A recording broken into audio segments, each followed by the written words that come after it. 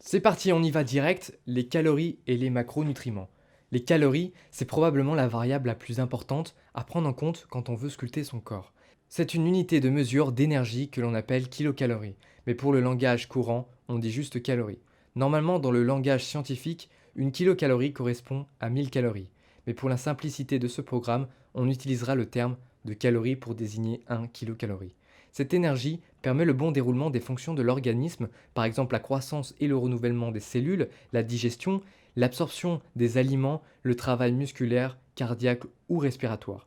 Cette notion de calories est extrêmement importante et il nous faut connaître notre total calorique, c'est-à-dire savoir combien de calories on doit consommer par jour. Finalement, le total calorique que notre corps a besoin pour assurer ses fonctions tout au long de la journée. Comme je vous le répète, vous êtes unique, donc chaque personne a un total calorique qui lui est propre. Dans le module lié à l'organisation, vous allez pouvoir créer votre propre programme selon votre objectif et vous pourrez calculer votre total calorique, que ce soit en perte de poids ou en maintien de poids ou en prise de poids. Même si la qualité des aliments joue un rôle très important, cette notion de total calorique prévaut quoi qu'il arrive. Vous ne pourrez jamais perdre du poids si vous êtes en surplus calorique, c'est-à-dire que si vous consommez plus d'énergie que vous n'en dépensez, quel que soit l'aliment et quelle que soit sa qualité, vous ne pourrez pas perdre du gras si vous mangez trop. C'est peut-être évident pour certains d'entre vous, mais c'est important d'y revenir. En pratique, prenons un exemple. Une personne, disons un homme de 32 ans, qui doit manger 2200 calories par jour. S'il consomme plus que ces 2200 calories, il va prendre du poids.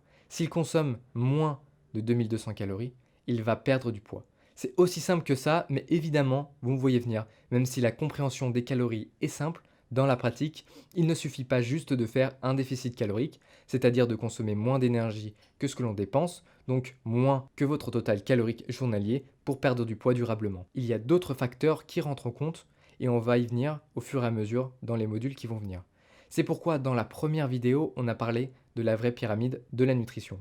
En premier lieu, on avait les calories, puis en deuxième lieu, les macronutriments. Je vous ai dit que les macronutriments ne servaient à rien sans les calories, maintenant vous comprenez pourquoi, mais vous ne serez jamais en bonne santé et vous n'atteindrez jamais votre objectif si la répartition de vos macronutriments n'ont pas été au préalable ajustée correctement selon justement cet objectif. On va voir maintenant la notion de macronutriments. Le préfixe macro veut dire long, grand, important. Les macronutriments s'ajoutent et se complètent entre eux pour former votre total calorique. Il y a trois types de macronutriments: les protéines, les lipides et les glucides. La répartition de ces macronutriments est hyper importante car elle peut tout changer dans vos résultats. Prenons par exemple deux personnes à total calorique égal. C'est la répartition de ces macronutriments qui vont provoquer des résultats différents. Donc que vous fassiez du sport ou que vous soyez sédentaire, on ne consomme pas les mêmes proportions de macronutriments. Par exemple, pour un sportif, on va favoriser beaucoup plus les protéines pour un gain ou un maintien musculaire que par exemple un sédentaire. On a vu que les protéines, c'était par exemple la viande, le poisson, etc. Il existe deux types de protéines, les protéines animales, les protéines végétales. On va y revenir dans une vidéo spécialement dédiée aux protéines, où on va voir en détail qu'est-ce que vraiment une protéine, à quoi ça sert, combien il en faut en manger par jour, selon l'objectif, mais pour vous donner un aperçu, 1 gramme de protéines correspond à 4 calories. Pareil, les glucides, c'est-à-dire le pain, le riz, les pâtes, etc., coûtent 1 gramme pour 4 calories.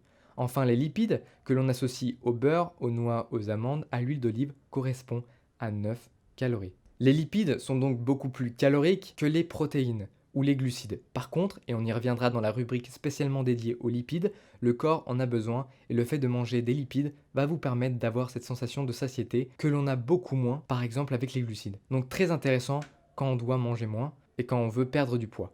En quoi ça peut nous intéresser? Si votre objectif est la perte de poids, et notamment la perte de gras, il sera beaucoup plus judicieux de faire très attention non seulement à votre total calorique, mais également à vos macronutriments au risque de ne pas perdre que du gras. Prenons un autre exemple, cette boîte de lentilles. On peut voir sur le côté les valeurs nutritionnelles pour 100 grammes. On voit donc que la boîte contient 265 grammes de lentilles. On a la répartition du total calorique pour 100 grammes, c'est-à-dire 91 calories. Plus bas, on a les matières grasses, donc les lipides, qui correspondent à 0,5 g, les glucides qui correspondent à 12,5 g et les protéines qui correspondent à 7 g.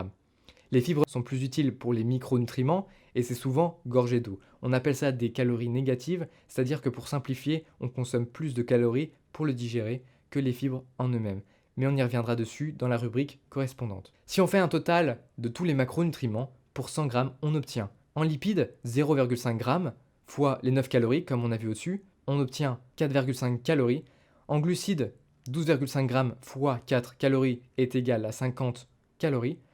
En protéines, 7 g fois 4 calories est égal à 28 calories. Ça nous donne donc un total de 82,5 calories pour 100 g. Si on compte les fibres qui correspondent à 2 calories pour 1 g, 4,2 fois 2 calories est égal à 8,4 calories. Donc si on rajoute les 8,4 calories dans le total, ça nous fait donc 91 calories. Généralement, on ne compte pas les fibres, mais pour une question de simplicité et de flexibilité, c'est plus simple de garder en tête cette notion, donc ne vous cassez pas la tête, 91 calories, c'est très bien. Finalement, cette boîte contient donc 291 calories. Voilà, dans cette vidéo, on a vu finalement les calories, les macronutriments, on va les revoir en détail juste après, et enfin un cas concret avec cette boîte de lentilles. La prochaine vidéo, on va parler de protéines, et ça va commencer à devenir un peu plus pointu.